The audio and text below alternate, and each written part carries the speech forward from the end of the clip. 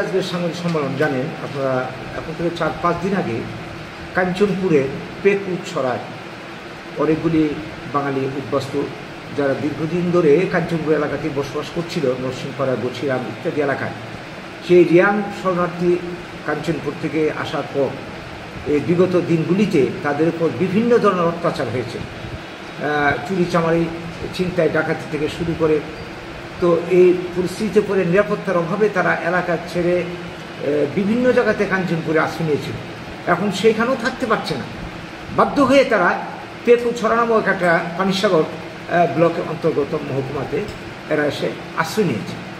দেখা গেল কি আজকে 5 দিন চলছে, সেখানে এখন পর্যন্ত মানে তাদের আশ্রয়ের ব্যবস্থা নেই। খোলা আকাশের নিচে থাকছে তাঁবু টাঙিয়ে, ত্রিপল টাঙিয়ে, তারপর পানীয় জলের ব্যবস্থা নেই, খাদ্য দূরে থাক। প্রায় অনেকগুলি পরিবার, 217 জন 51টি পরিবারের মধ্যে, এর মধ্যে শিশু রয়েছে, বৃদ্ধ বৃদ্ধা। এই যে অবস্থা, এতদিন ধরে এরা এই অবস্থায় আছে। দেখা গেল গতকাল না পরশু দিন প্রশাসন থেকে কিছু কর্তাব্যক্তিরে গিয়ে তাদের সঙ্গে যোগাযোগ করেছে। যোগাযোগ করা মানে চাপ দেওয়া, বন দপ্তরের কর্মী আছে, চাপ দিয়েছে আপনার এলাকা ছাড়তে হবে, এলাকা ছাড়তে হবে। তো আমরা পাশাপাশি দেখলাম তাদের কাছাকাছি এলাকাতে প্রচুর, প্রায় 100-র মতো উপজাতি পরিবার দীর্ঘদিন ধরে এখানে বসবাস করছে, তাদের নিয়ে কোনো কথা নেই। অথচ তাদেরকে উচ্ছেদ অভিযানের জন্য তারা চাপ সৃষ্টি করছে। পানীয় জলটুকুর ব্যবস্থা না করে খাদ্যের ব্যবস্থা দূরে থাক, তারা এই ধরনের চাপ সৃষ্টি করছে। পানীয় জল আনতে চাইছে, স্থানীয়রা গিয়ে পানীয় জল আনতে দিচ্ছে না। এটি কী ধরনের অমানবিক আচরণ? আমরা দীর্ঘদিন ধরে লক্ষ্য করছি এই ত্রিপুরাতে এই রিয়াং শরণার্থী আগমনের পর আজকে তাদেরকে এই রাজ্যে 600 কোটি টাকার প্যাকেজ দিয়ে পুনর্বাসনের ব্যবস্থা করা হয়। কোথায় ওরা মিজোরামের লোক মিজোরামে পাঠাবে তা না করে ত্রিপুরাতে পুনর্বাসনের ব্যবস্থা করলো, এবং প্রত্যেকটা দল, শাসক বিজেপি থেকে শুরু করে বিরোধী সিপিএম, কংগ্রেস এবং মথা উঠে পড়ে লেগে তাদের পুনর্বাসনের ব্যবস্থা করলো।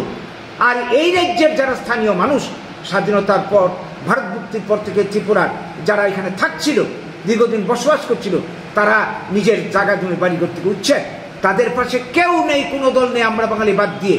এটা কি ধরনের অমানবিক আচরণ?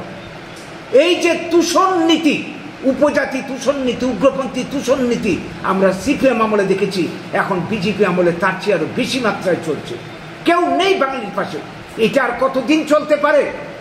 এই বাঙালির উপর এই ধরনের বিমাতৃসুলভ আচরণ স্বাধীনতার পর থেকে যেটা চলছে, এটা আর কতদিন চলতে পারে? এটা আমরা আর সহ্য করবো না, অনেক হয়েছে। তাই আমরা এই রাজ্যের আপামর গণতন্ত্রপ্রিয় মানুষ, এই রাজ্যের শুভবুদ্ধি সম্পন্ন মানুষ, এই দেশের শুভবুদ্ধি সম্পন্ন মানুষ, বাঙালি শুভবুদ্ধি সম্পন্নের যারা রয়েছেন, বুদ্ধিজীবী ছাত্র যুবক যারা রয়েছেন, তাদের কাছে আবেদন, এই জাতির উপরে এই অত্যাচার, নির্মম আঘাত, স্বাধীনতার বলি, দেশভাগের বলি, ভূমিপুত্র বাঙালির উপর এই আঘাত আমরা নীরবে এইভাবে মুখ বুঝে সহ্য করে যাব? এই ধরনের মানে আত্মবিস্মৃতি আর কতদিন চলবে? কাজেই আমরা দাবি করছি, আমরা আহ্বান করছি, আপনারা জাতিটাকে বাঁচান, আপনারা এগিয়ে আসুন। আপনারা এগিয়ে আসলেই, আপনাদের সহযোগিতা পেলেই আমাদের এই যে আন্দোলন, আমাদের যে বাঁচার অধিকার রক্ষার আন্দোলন সফল হবে।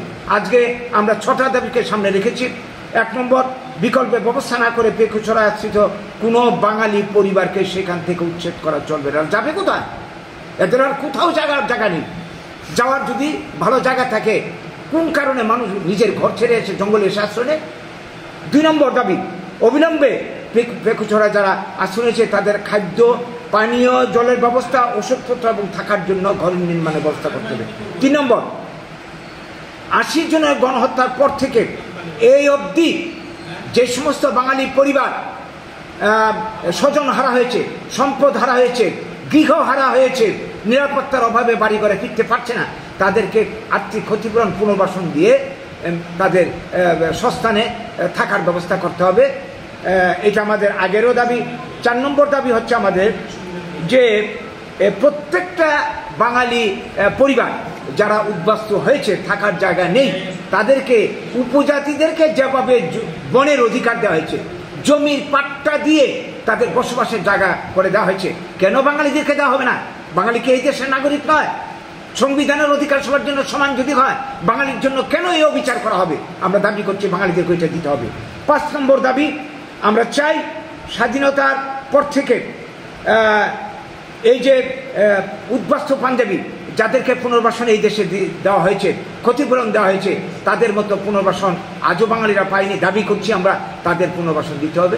শেষ দাবি আমাদের, যেটা 80 জনের গণহত্যার যারা বলি হয়েছিল, যাদের চক্রান্তে যে এই যে উগ্রবাদী তৎপরতা, এই উগ্রপন্থা দলের জন্ম হয়েছিল, এই চক্রান্তের জাল ভেদ করার জন্যে আমাদের যে পুরনো দাবি যে গণহত্যার বিচার বিভাগীয় হাইকোর্টের একজন কর্মরত বিচারপতিকে দিয়ে তদন্ত করে দোষীদের শাস্তির ব্যবস্থা করতে হবে। এই ছোটি দাবি নিয়ে আজকের আমাদের এই সাংবাদিক সম্মেলন। আপনাদের মাধ্যমে আমাদের এই বার্তা সরকারের দৃষ্টিতে আনতে চাইছি এবং এই রাজ্যের, এই দেশের গণতন্ত্রপ্রিয় মানুষের দৃষ্টিতে আনতে চাইছি। জাতি এই দুর্দিনে আমরা সবাই সহযোগিতা চাইছি জাতির অস্তিত্ব রক্ষার আন্দোলন। নমস্কার। কোনো ধরনের আন্দোলন করবেন কি? হ্যাঁ, এই বিষয় নিয়ে কোনো ধরনের আন্দোলনে আমরা আজকে শুরু করলাম। আমাদের স্থানীয় প্রতিনিধি যারা রয়েছে কাঞ্চনপুরের, এর মধ্যে ওরা দেখা সাক্ষাৎ করেছে, ওরা ডেপুটেশন থেকে শুরু করে আমরা যা যা গণতন্ত্র মতে করার আমরা আন্দোলন আমরা শুরু করবো, শুরু অলরেডি আমরা করে দিয়েছি।